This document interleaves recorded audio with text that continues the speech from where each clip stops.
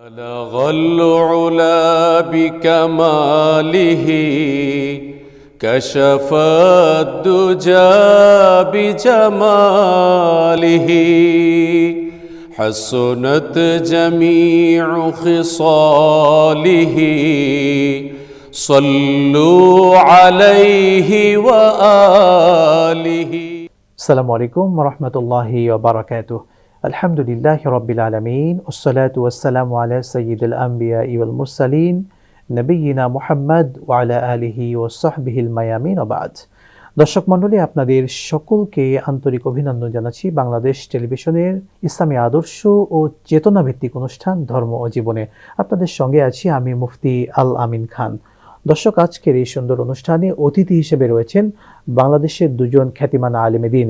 আমার ঠিক ডানেই রয়েছেন প্রখ্যাত আলেমে দ্বীন জননন্দিত ওয়াইস ফদিলাতুশ শেখ মুফতি জাকির হোসেন হাফিজাহুল্লাহ। আসসালামু আলাইকুম ওয়া রাহমাতুল্লাহ। ওয়ালাইকুম আসসালাম ওয়া রাহমাতুল্লাহি ওয়া বারাকাতুহু।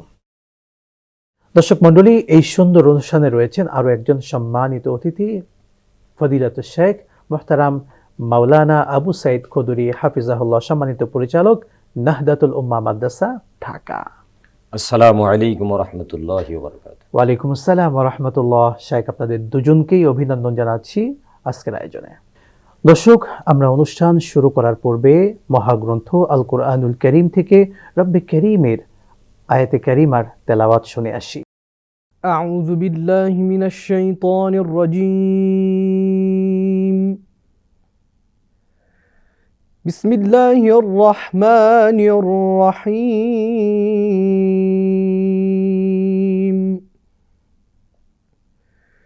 قد أفلح المؤمنون الذين هم في صلاتهم خاشعون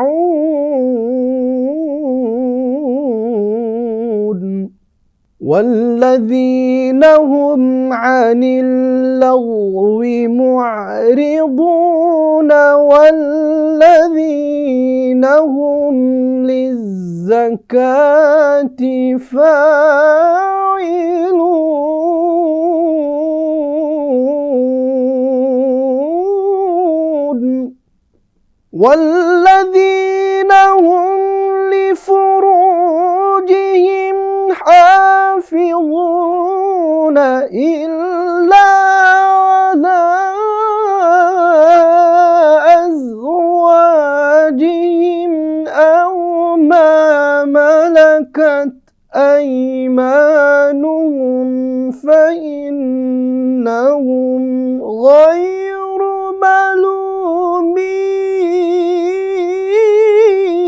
ملومين فمن ابتغى وراء ذلك فأولئك هم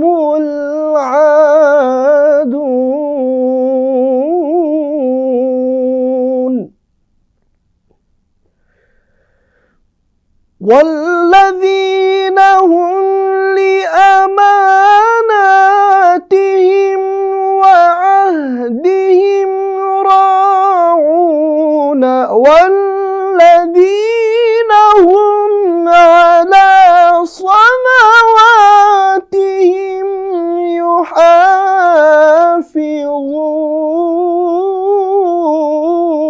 يحافظون أولئك هم الوارثون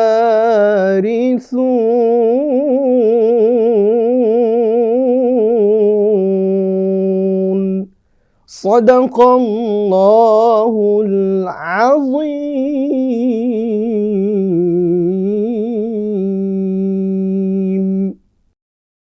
সূরা আল মুমিনুন আয়াত 1 থেকে 10। অবশ্যই সফলকাম হইয়াছে মুমিনগণ, যাহারা বিনয় নম্র নিজেদের সালাতে, যাহারা অসার ক্রিয়াকলাপ হইতে বিরত থাকে, যাহারা জাকাত দানে সক্রিয়, যাহারা নিজেদের যৌন অঙ্গকে সংযত রাখে, নিজেদের পত্নী অথবা অধিকারভুক্ত দাসীগণ ব্যতীত ইহাতে তাহারা নিন্দনীয় হইবে না, এবং কেহ ইহাদেরকে ছাড়া অন্যকে কামনা করিলে তাহারা হইবে সীমা লঙ্ঘনকারী, এবং যাহারা নিজেদের আমানত ও প্রতিশ্রুতি রক্ষা করে, এবং যাহারা নিজেদের সালাতসমূহে যত্নবান থাকে, তাহারাই হইবে অধিকারী। আলহামদুলিল্লাহ, আল্লাহ সুবহানাহু ওয়া তাআলার কালামের বাণী আমরা শুনলাম চমৎকার কণ্ঠে। দর্শক মণ্ডলী, আমরা আজকের এই সুন্দর অনুষ্ঠানে আলোচনা করতে চাই নামাজের গুরুত্ব, তাৎপর্য এবং নামাজ ছেড়ে দেওয়ার যে ভয়াবহ পরিণাম সেটার বিষয়ে কোরআন সুন্নাহয় কি এসেছে। শেখ মুফতি জাকির হুসাইন, আপনার কাছে আসতে চাই। সালাত, নামাজের গুরুত্ব এবং তাৎপর্য কোরআন সুন্নাহয় কি এসেছে? সলাৎ আল্লাহ তাআলা এত গুরুত্ব দিয়েছেন যে নবী মুহাম্মদ সাল্লাল্লাহু আলাইহি ওয়াসাল্লামকে আরশে আজিমে তার বাড়িতে ডেকে নিয়ে এই সলাৎকে ফরজ করেছেন। সুবহানাল্লাহ। দ্বিতীয় হচ্ছে, একজন মোমেনের ডেফিনেশন কি, কে মোমেন? আল্লাহ তাআলা কোরআন আল কারীমের শুরুতেই বলেছেন, আল্লাযীনা ইউমিনুনা বিল গায়ব ওয়া ইউকিমুনাস সালাতা ওয়া মিম্মা রাযাকনাহুম ইউনফিকুন। যে মোমেন হচ্ছে সে, হুদাল্লিল মুত্তাকিন, মুত্তাকি হচ্ছে সে যিনি সলাত আদায় করে আল্লাহ তাআলার অদৃশ্য গায়েবকে বিশ্বাস করে এবং তারই পথে যে দান করে, তিনি হচ্ছেন মোমেন। আর তৃতীয় কথা হচ্ছে, মুহাম্মদুর রাসূলুল্লাহ সাল্লাল্লাহু আলাইহি ওয়াসাল্লামকে নামাজের এত গুরুত্ব দিয়েছেন যে তিনি যখন অফা গ্রহণ করবেন একেবারেই মুমূর্ষু অবস্থায়, তারিখে তাবারির মধ্যে এসেছে সময়টা ছিল আসর কিংবা মাগরিবের নামাজ, এমতো অবস্থায় রাসূল করিম সাল্লাল্লাহু আলাইহি ওয়াসাল্লাম বারবার বেহুশ হয়ে পড়ছিলেন। যখন তিনি হুঁশ ফিরছিলেন তখন তিনি বললেন যে, আমার সাহাবীরা, আমার ইমামতির দায়িত্ব, আমার এই যে নামাজের যে আমি যে ইমামতি করছি মসজিদে নববীতে, এখানে যেন আবা বাকরিন, বুখারী বর্ণনা, আবা বাকরিন, যে আবু বকর রাদিয়াল্লাহু তাআলা আনহু, তাকে যেন নামাজ পড়াতে দেওয়া হয় শেষ মুহূর্তে, একেবারেই শেষ মুহূর্ত। আল্লাহু আকবার। তো তিনি আসরের নামাজে আসতে পারেননি।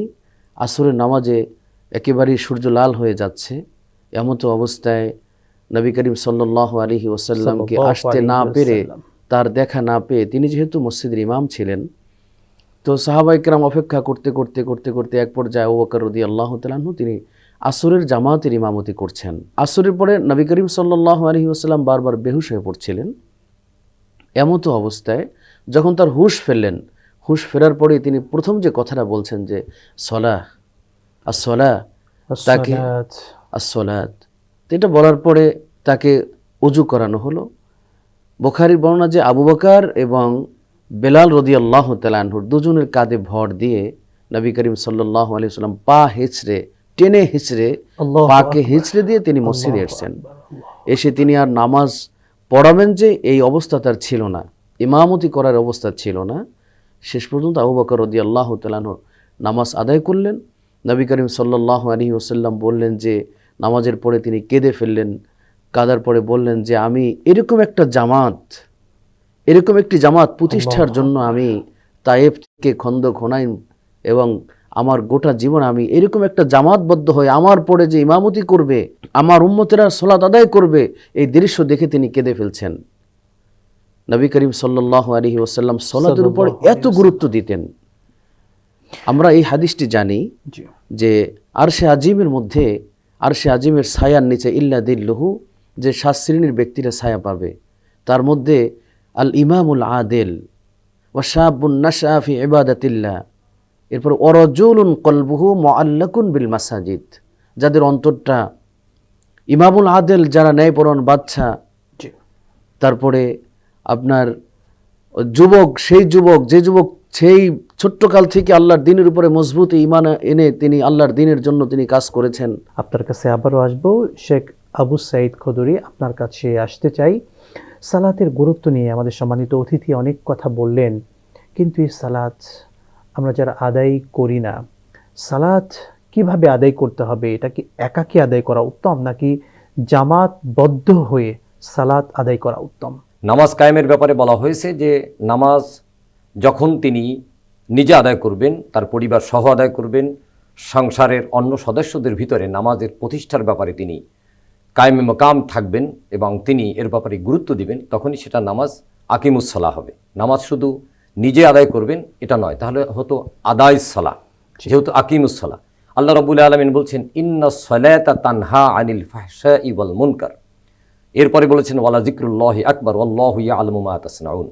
আল্লাহ এখানে বলছেন যে সমস্ত পাপ কাজ, সমস্ত অশ্লীলতা দূর হবে নামাজের মধ্য দিয়ে। কিভাবে হবে? নামাজের জন্য প্রথম শর্ত হলো তাহারাত, পবিত্রতা। পবিত্রতার প্রথম শর্ত হচ্ছে যে আপনার হালাল রুজি। নামাজ যদি সহি হয় আপনার জীবন সহি হবে, নামাজ সহি হবে না আপনার জীবন সহি হবে না। নামাজের ভিতর থেকে আপনি আপনার প্রভুর সামনে, স্রষ্টার সামনে আপনি মাথা নত করছেন। আল্লাহ রাব্বুল আলামিন বলছেন ইয়া আইয়ুহাল্লাযীনা আমানুত্তাকুল্লাহ হাক্কা তুকাতিহি ওয়া লা তামুতুন্না ইল্লা ওয়া আনতুম মুসলিমুন। আল্লাহ রাব্বুল আলামিন অন্য জায়গায় বলছেন ক্বাদ আফলাহাল মুমিনুন আল্লাযীনা হুম ফি সালাতিহিম খাশিউন। নামাজের ব্যাপারে এত গুরুত্ব দিয়েছেন তারাই মুমিন যারা নামাজের ব্যাপারে অতি গুরুত্ব দেন। উজু থাকা অবস্থায় থাকতে বলা হয়েছে এবং অপেক্ষা করতে বলা হয়েছে এক ওয়াক্ত নামাজ শেষ হলে আর এক ওয়াক্ত নামাজের জন্যে, মানে সবসময় অ্যালার্ট থাকবে, অ্যালার্ট থাকবে। এবং সবচেয়ে বলা হয়েছে যে তিনি হালাল রুজির উপরে থাকবেন। হালাল রুজির প্রথম শর্ত তার শরীর পাক, তার জায়গা পাক। এখন আমরা দেখি যে নামাজ ঠিকই পড়ছি কিন্তু জায়গাটা হচ্ছে অন্যের ওয়ারিশানা সম্পত্তি। আমরা জামা গায়ে দিচ্ছি পরিষ্কার, কিন্তু এটা হচ্ছে সাবানে পরিষ্কার, কিন্তু আসলে হালাল পরিষ্কার নয়। আমরা দেখতেছি আমাদের অন্তর পরিষ্কার নয়। আমি নামাজ পড়ছি, আমার নামাজের ভিতরে, আমার অন্তরের ভিতরে রয়েছে কালিমা, আমার নামাজের ভিতরে হিংসা কাজ করছে, আমার ভিতরে অহমিকা কাজ করছে। নামাজের জন্য এই জন্য গুরুত্ব দিয়েছেন আল্লাহ রাব্বুল আলামিন, যেহেতু নামাজ জামাতের সাথে পড়তে হবে। ছোট বড়, ধনী দরিদ্র, উঁচু নিচু, কালো সাদা, মোটা চিকুন উভয়ে একই কাতারে দাঁড়িয়ে যখন নামাজ পড়বে তার ভিতরে সমস্ত অহমিকা দূর হয়ে শুধু আল্লাহর সান্নিধ্যে নিজের কর্মকে উপস্থাপন করার জন্য, যেহেতু আল্লাহ রাব্বুল আলামিন বলছেন হাক্কা তুকাতিহি ওয়া লা তামুতুন্না ইল্লা ওয়া আনতুম মুসলিমুন। তুমি ততক্ষণ পর্যন্ত তুমি মুসলমান নও, তোমার ভিতরে যদি পরিপূর্ণ হক, আল্লাহর প্রতি যে হক আদায় করা, সেটা যদি পরিপূর্ণ না হয়। ইত্তাকুল্লাহ, এখানে বলা হয়েছে তুমি আল্লাহর ব্যাপারে মুত্তাকি হও। মুত্তাকি হচ্ছে তোমার দায়িত্ব যথাযথভাবে পালন করো। ইত্তাকু মানে এই নয় যে তুমি শুধু ভয় করো, ইত্তাকু হচ্ছে তুমি তোমার দায়িত্বের ব্যাপারে যথেষ্ট সাবধান হও। এই জন্য আল্লাহ রাব্বুল আলামিন একাধিক জায়গায় বলেছেন ইত্তাকুল্লাহ ইত্তাকুল্লাহ আল ইয়া আইয়ুহাল্লাযীনা আমানুত্তাকুল্লাহ ওয়া কুনু মা'আস সাদিকিন। এরপর বলা হয়েছে ওয়ারকাউ মা'আর রাকিঈন, নামাজ জামাতের সাথে আদায় করো। ওয়ারকাউ মা'আর রাকিঈন, জামাতবদ্ধ হয়ে নামাজ পড়তে হবে। এক ওয়াক্ত পড়লে 27 ওয়াক্তের সওয়াব তিনি পাবেন, 27 গুণ। শেখ, আপনি চমৎকারভাবে বলছিলেন রাসূল সাল্লাল্লাহু আলাইহি ওয়াসাল্লাম কিভাবে এই সালাতকে গুরুত্ব আরোপ করেছেন, গুরুত্ব দিয়েছেন। যারা এই গুরুত্বপূর্ণ সালাত, যে সালাত রাসূল তার শেষ জীবনে এই দৃশ্য দেখে কান্না করে ফেলেছেন, এই সালাতকে যারা পরিত্যাগ করে ছেড়ে দেয় তাদের কি শাস্তির কথা কোরআন সুন্নাহয় এসেছে? যারা সালাত ছেড়ে দিচ্ছে, নবী করিম সাল্লাল্লাহু আলাইহি ওয়াসাল্লাম বলছেন ওই সমস্ত মানুষগুলো কিয়ামতের দিন আমার সুপারিশ পাবে না। যারা দুনিয়াতে সালাত ছেড়ে দেয় তারা 14টা বিপদের সম্মুখীন হয়ে যায়। প্রথম বিপদ হচ্ছে তার দুনিয়ায় তার বারাকা আসে না তার জীবনে, তার ব্যবসায়িক জীবনে, পারিবারিক জীবনে, তার সামাজিক জীবনে কোনো বারাকা পান না তিনি। বারাকায় আল্লাহ তাআলা বারাকার চাদরে তাকে ঢেকে রাখেন না। দ্বিতীয় হলো, যিনি সালাতকে ছেড়ে দেন তার চেহারার থেকে আল্লাহ তাআলা নূরকে উঠিয়ে নেন। তৃতীয় হচ্ছে তার পারিবারিক সামাজিকভাবে তিনি হেয় প্রতিপন্ন হন। চতুর্থ হচ্ছে ওই ব্যক্তি যখন মৃত্যুবরণ করবে তখন তিনি অনেক কষ্ট সহ্য করে তাকে মৃত্যুবরণ করতে হবে। পঞ্চম হচ্ছে তাকে পিপাসিত অবস্থায়, ক্ষুধার্ত অবস্থায় তাকে মৃত্যুবরণ করতে হবে। এইভাবে করে আল্লাহ রাসূল সাল্লাল্লাহু আলাইহি ওয়াসাল্লাম 14টা বর্ণনা করেছেন। শেষ পর্যন্ত বলেছেন তাকে কবরের ভিতরে এত আযাব দেওয়া হবে সালাতের জন্য যে কিয়ামতের দিন আউয়ালু মা ইউহাসাবু বিহি ইয়াউমাল কিয়ামা আবদুস সালাহ, যে কিয়ামতের দিন আল্লাহ তাআলা তার বান্দাকে প্রথম প্রশ্ন করবে সালাতের ব্যাপারে। আল্লাহু আকবার। যে ব্যক্তি সালাত পড়লো না, যে ব্যক্তি সালাত আদায় করলো না, তাকে কিয়ামতের দিন প্রথম প্রশ্নই করা হবে তার সালাতের কি অবস্থা ছিল। এই জন্য আমাদের উচিত যে আমরা যেন সালাতটাকে নবী করিম সাল্লাল্লাহু আলাইহি ওয়াসাল্লামের দেখানো পথে আদায় করি। এজন্য নবী করিম সাল্লাল্লাহু আলাইহি ওয়াসাল্লাম বলেছেন সল্লু কামা রাআইতুমুনি উসাল্লি, তোমরা আমার মতো করে আদায় করো, আমি যেভাবে সালাত আদায় করেছি ওইভাবে তুমি সালাত আদায় করো। শেখ, আপনার কাছে আসতে চাই, রমাদান মাস চলছে, আমরা আমাদের সন্তানদেরকে কিভাবে সালাতের প্রশিক্ষণ দিতে পারি যদি বলতেন। আল্লাহ রসুল সাল্লাল্লাহু আলাইহি ওয়াসাল্লাম নামাজের গুরুত্বের জন্য সন্তানদেরকে অধিক গুরুত্ব দিয়ে নামাজ পড়ানোর প্র্যাকটিস করাতে বলেছেন জি। এবং 7 বছর থেকে নামাজের গুরুত্ব, নামাজ কিভাবে পড়তে হবে তার চর্চা, তার প্র্যাকটিস করাতে বলেছেন। মুরু আওলাদাকুম বিসসালাতি ওহুম আবনাউ সাবআ সিনিন। এরপরে বলেছেন ওয়াজরিবুহুম আলাইহা ওহুম আবনাউ আশারা সিনিন। এখানে বলা হয়েছে 10 বছর যদি হয় তাহলে তাকে প্রহার করতে বলা হয়েছে, অর্থাৎ আঘাত করতে বলা হয়েছে। এরপরে বলা হয়েছে তাদেরকে বিছনা থেকে আলাদা করে দাও। জি। এর বিছনা থেকে কেন আলাদা করবে? নিজের সন্তান অনেক প্রিয়, তারপরও এই জন্য যে নামাজের গুরুত্ব বোঝানোর জন্য নয় শুধু, এখানে নামাজের সাথে শারীরিক কিছু গুরুত্ব রয়েছে। সকালবেলা যদি ফজরের সময় কোনো বাচ্চা নামাজের জন্য উঠে, তার যে সকালবেলার যে ওয়েদার, এই ওয়েদারটা অক্সিজেন পরিপূর্ণ থাকে, এটা ফিজিক্যালি খুব ভালো। এবং এখানে বলা হয়েছে যখন মানুষ কোনো সেজদায় যায় তার হলো সারোটোনিন এবং মেলাটোনিন যে হরমোন, সেটা সেজদায় যাবার সময় মাথা নিচে থাকার কারণে, হৃৎপিণ্ড উপরে থাকার কারণে তার ভিতরে একটা হরমোনের চেঞ্জ হয় এবং ব্রেনের ভিতরে অক্সিজেন কাজ করে, তার শারীরিক এবং মানসিক সুস্থতা তৈরি হয়। 5 ওয়াক্ত নামাজ পড়ার মধ্য দিয়ে একটা মানুষের মানসিক অস্থিরতা এবং হাইপার টেনশনটা দূর হয়। সেজন্য সমস্ত ইবাদতের ভিতরে নামাজের ইবাদতটা হচ্ছে ফিজিক্যালি ব্যায়াম। শরীরের সমস্ত জয়েন্টগুলো একসঙ্গে কাজ করে এবং নামাজের রুকু সেজদা থেকে শুরু করে, সোজা হয়ে বসা থেকে শুরু করে, কিয়াম করা থেকে শুরু করে সমস্ত জায়গায় একজন মানুষকে পরিপূর্ণ সুস্থতার জন্য নামাজ একটা কাজ করে। আল্লাহ রাব্বুল আলামিন বলেছেন ফাওয়াইলুল লিল মুসাল্লিন আল্লাযীনা হুম আন সালাতিহিম সাহুন। দুর্ভাগ্য তাদের যারা নামাজকে অলসতার সাথে করে অথবা নামাজকে পরিত্যাগ করে। রাসূল আকরাম সাল্লাল্লাহু আলাইহি ওয়াসাল্লামের একটি হাদিস এভাবে এসেছে যে যারা নামাজ ইচ্ছাকৃত পরিত্যাগ করলো তাদেরকে সাকার নামক উপত্যকায় নিক্ষেপ করা হবে এবং কাল কিয়ামতের দিন আল্লাহর দরবারে তারা রহমতের আশা করতে পারবে না। আল্লাহ তাদেরকে চিনবেন না বলে এমন একটা অবস্থা সৃষ্টি হবে, তিনি আল্লাহর সাহায্যের আশা করেও তিনি আশা পাবেন না। নামাজ যারা পরিত্যাগ করলো, আল্লাহ রসুল সাল্লাল্লাহু আলাইহি ওয়াসাল্লাম তাদের সাথে কাফেরের সাথে তুলনা করেছেন। বাইনাল আবদে অবাইনাল ফারকে তারকুস সালাহ। যারা নামাজ ত্যাগ করলো তারা যেন কাফেরের সমান হয়ে গেল। এজন্য কোরআন শরীফের সূরা মুমিনুনের ভিতরে বলা হয়েছে কদ আফলাহাল মুমিনুন আল্লাযীনা হুম ফি সালাতিহিম খাশিউন, যে নামাজের ব্যাপারে যারা সর্বাধিক গুরুত্ব দেয়। এটা এখন সায়েন্স গবেষণা করে দেখতেছেন নামাজ অত্যন্ত গুরুত্বপূর্ণ। সুতরাং মুমিন পরিচয় দিতে হলেই তাকে অবশ্যই নামাজ আদায় করতে হবে। আমরা দেখি ছোট বাচ্চাদের যদি মসজিদে নিয়ে যাওয়া হয়, আমাদের এক শ্রেণীর মানুষ মুসল্লি আছেন যারা বাচ্চাদেরকে ধমক দেয়। বাচ্চা যদি একটু লাফালাফি করে, খেলাধুলা করে, এই যে বাচ্চারা মসজিদে গেলে তাদেরকে ধমক দেয়া, বকা দেওয়া, এই ভয়ে সেই বাচ্চা মসজিদে আর যেতেই চায় না। আপনি সেই মুসল্লিদের উদ্দেশ্যে কি বলবেন, এটা আসলে ঠিক কিনা? এই যে ছোট্ট বাচ্চারা, এরাই হচ্ছে পরবর্তী মুসল্লি। যদি এই বাচ্চাদেরকে মসজিদের সাথে পরিচয় না করানো হয়, দেখেন আমি এভাবে বলি যে সূরা লোকমানে আল্লাহ তাআলা বলছেন, সন্তানকে বলছেন, লোকমান আলাইহির রাহমাত তার সন্তানকে বলছেন ইয়া বুনাইয়া লা তুশরিক বিল্লাহ ইন্না শিরকা লা যুলমুন আযীম। তো এক পর্যায়ে তিনি বলতে বলতে বলছে আকিমিস সালাহ ইয়া বুনাইয়া আকিমিস সালাহ। এই যে হে আমার সন্তান, হে আমার বৎস, তুমি সালাত আদায় করো। তো সন্তানকে যদি বাবা মসজিদের সাথে তার রবের সাথে পরিচয় না করিয়ে দেয়, তাহলে এই সন্তান, তাহলে সে তো আর তার রবের সাথে পরিচয় না হওয়ার কারণে সে তো তার মালিককে, তার রবকে চিনল না। আপনি শুধু আপনার সন্তানকে আল্লাহর সাথে পরিচয় করান, আর বাকি কাজ সব আল্লাহ করে দিবেন।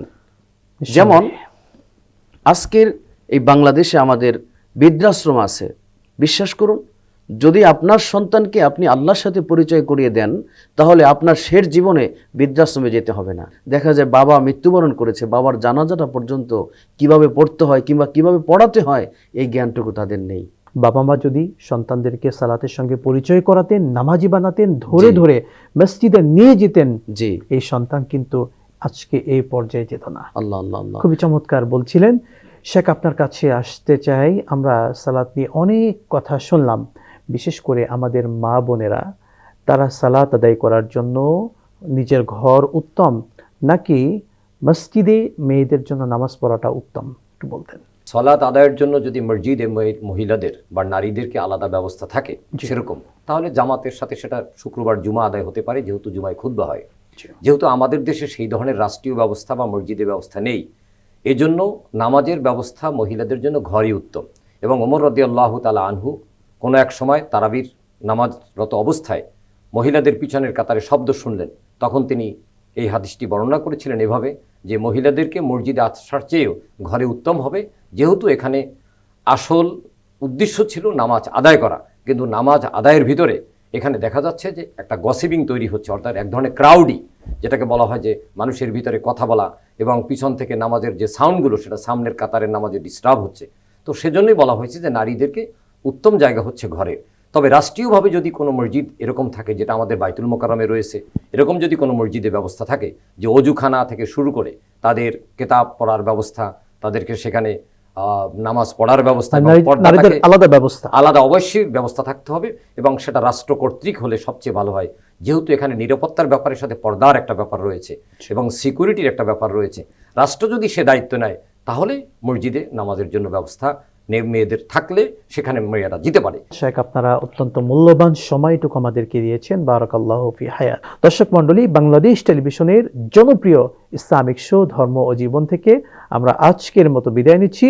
রব্বে করিম আল্লাহ সুবহানাহু ওয়া তাআলার কাছে তৌফিক কামনা করছি, আমাদেরকে নেক হায়াত দান করুন। আল্লাহুম্মা আমিন। আসসালামু আলাইকুম ওয়া রাহমাতুল্লাহি ওয়া বারাকাতুহু। بلغ العلا بكماله كشف الدجى بجماله